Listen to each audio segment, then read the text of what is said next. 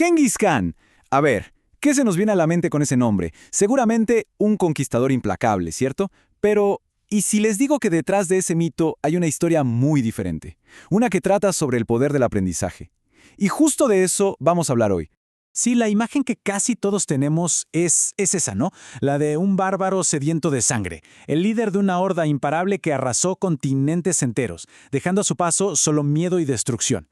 Vaya, la leyenda del guerrero definitivo. Ok, pero ¿y si esa imagen es solo una parte de la historia? Pensemos en esto.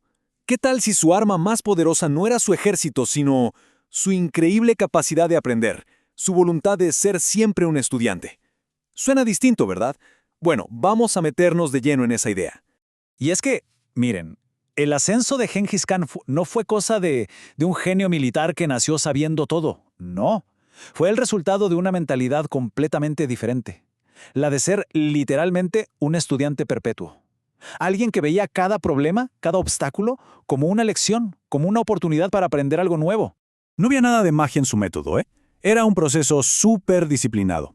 Uno de sus biógrafos lo describe así, como un ciclo constante de aprender, experimentar, adaptar y volver a empezar. Aprender, probar, ajustar, repetir. Una y otra vez. ¿El objetivo? Dominar por completo cualquier desafío.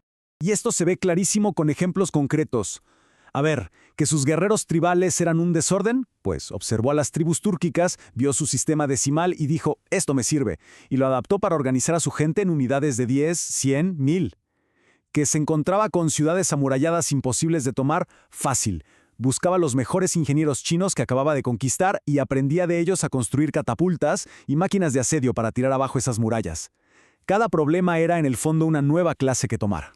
Pero ojo, porque esta mentalidad de aprender y adaptar no se quedó solo en lo militar. No, llevó esa misma lógica a un reto que parecía imposible, transformar ese caos de tribus que se odiaban entre sí en una sola nación. Su plan fue, de verdad, revolucionario. Lo hizo en 3 pasos clave. Primero, romper las lealtades tribales. ¿Cómo? Mezclando a propósito a guerreros de clanes rivales en las mismas unidades. Imagínense. Segundo, esa estructura de 10, 100 y 1000 que usaba en el ejército la aplicó a toda la sociedad. Y tercero, y esto es lo más increíble, los ascensos, los cargos de poder, se basaban únicamente en el mérito, en la habilidad y la lealtad. No importaba de qué familia venías. Lo que hizo, en esencia, fue crear una meritocracia, una de las primeras y más radicales del mundo. ¿Qué significa esto? Que un pastor, un don nadie, podía llegar a ser un general si demostraba ser el mejor. Algo totalmente impensable en las sociedades de Europa o China, donde todo dependía de tu apellido. De repente, la habilidad valía más que la hambre. Y el resultado de todo esto fue, profundísimo. La lealtad ya no era con la tribu de tu padre. Ahora, tu lealtad era con tu unidad, con tus compañeros de armas y, por supuesto, con el Khan.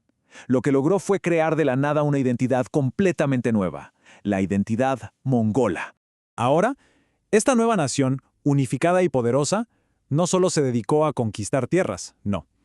Al hacerlo, creó puentes, conexiones entre civilizaciones que llevaban siglos sin hablarse, y con eso, comenzó una era de intercambio cultural y comercial como nunca antes se había visto.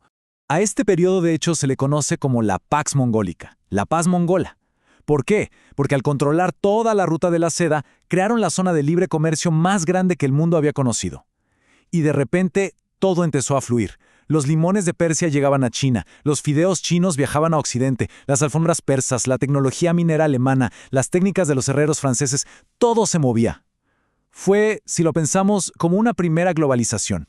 Y claro, para gobernar un imperio tan gigantesco y diverso, necesitaba reglas, un código legal para todos, la Gran Yasa. Y era una ley de contrastes, ¿eh? Por un lado, brutalmente estricta. La traición, el robo, se pagaban con la vida, punto. Pero por otro lado, era increíblemente moderna en otras cosas. Por ejemplo, decretó total libertad de religión para todos y hasta eximió de impuestos a los sacerdotes y líderes de todos los cultos.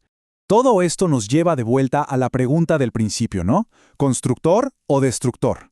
Porque, ¿cómo reconciliamos estas dos caras tan opuestas de la misma persona? La respuesta, al final, es que fue las dos cosas. Y es imposible de verdad separar al uno del otro. ¿Fue el destructor? Sí. Su brutalidad fue legendaria, ciudades enteras fueron aniquiladas. Pero al mismo tiempo fue el constructor. el que forjó una nación de la nada, el que estableció un imperio con leyes y el que, increíblemente, conectó al mundo. Su legado es precisamente esa enorme paradoja. Hay una cita del físico John Wheeler que creo que lo resume todo a la perfección. Dice algo así como, a medida que crece la isla de nuestro conocimiento, también lo hace la orilla de nuestra ignorancia. Y creo que esa era la esencia de Genghis Khan. Cada cosa que aprendía, cada victoria, solo le mostraba todo lo que aún no sabía. Su verdadero poder entonces no venía de creerse un genio, sino de entender siempre que le quedaba muchísimo por aprender. Y al final, su historia nos deja con una pregunta. Una pregunta bastante incómoda, la verdad. Nos obliga a pensar en esa relación tan compleja entre el poder, el aprendizaje y la brutalidad. ¿Cómo es que la voluntad de aprender, algo que vemos como tan positivo, puede convertirse en la herramienta más poderosa y a la vez la más aterradora de la historia? Ahí queda la reflexión.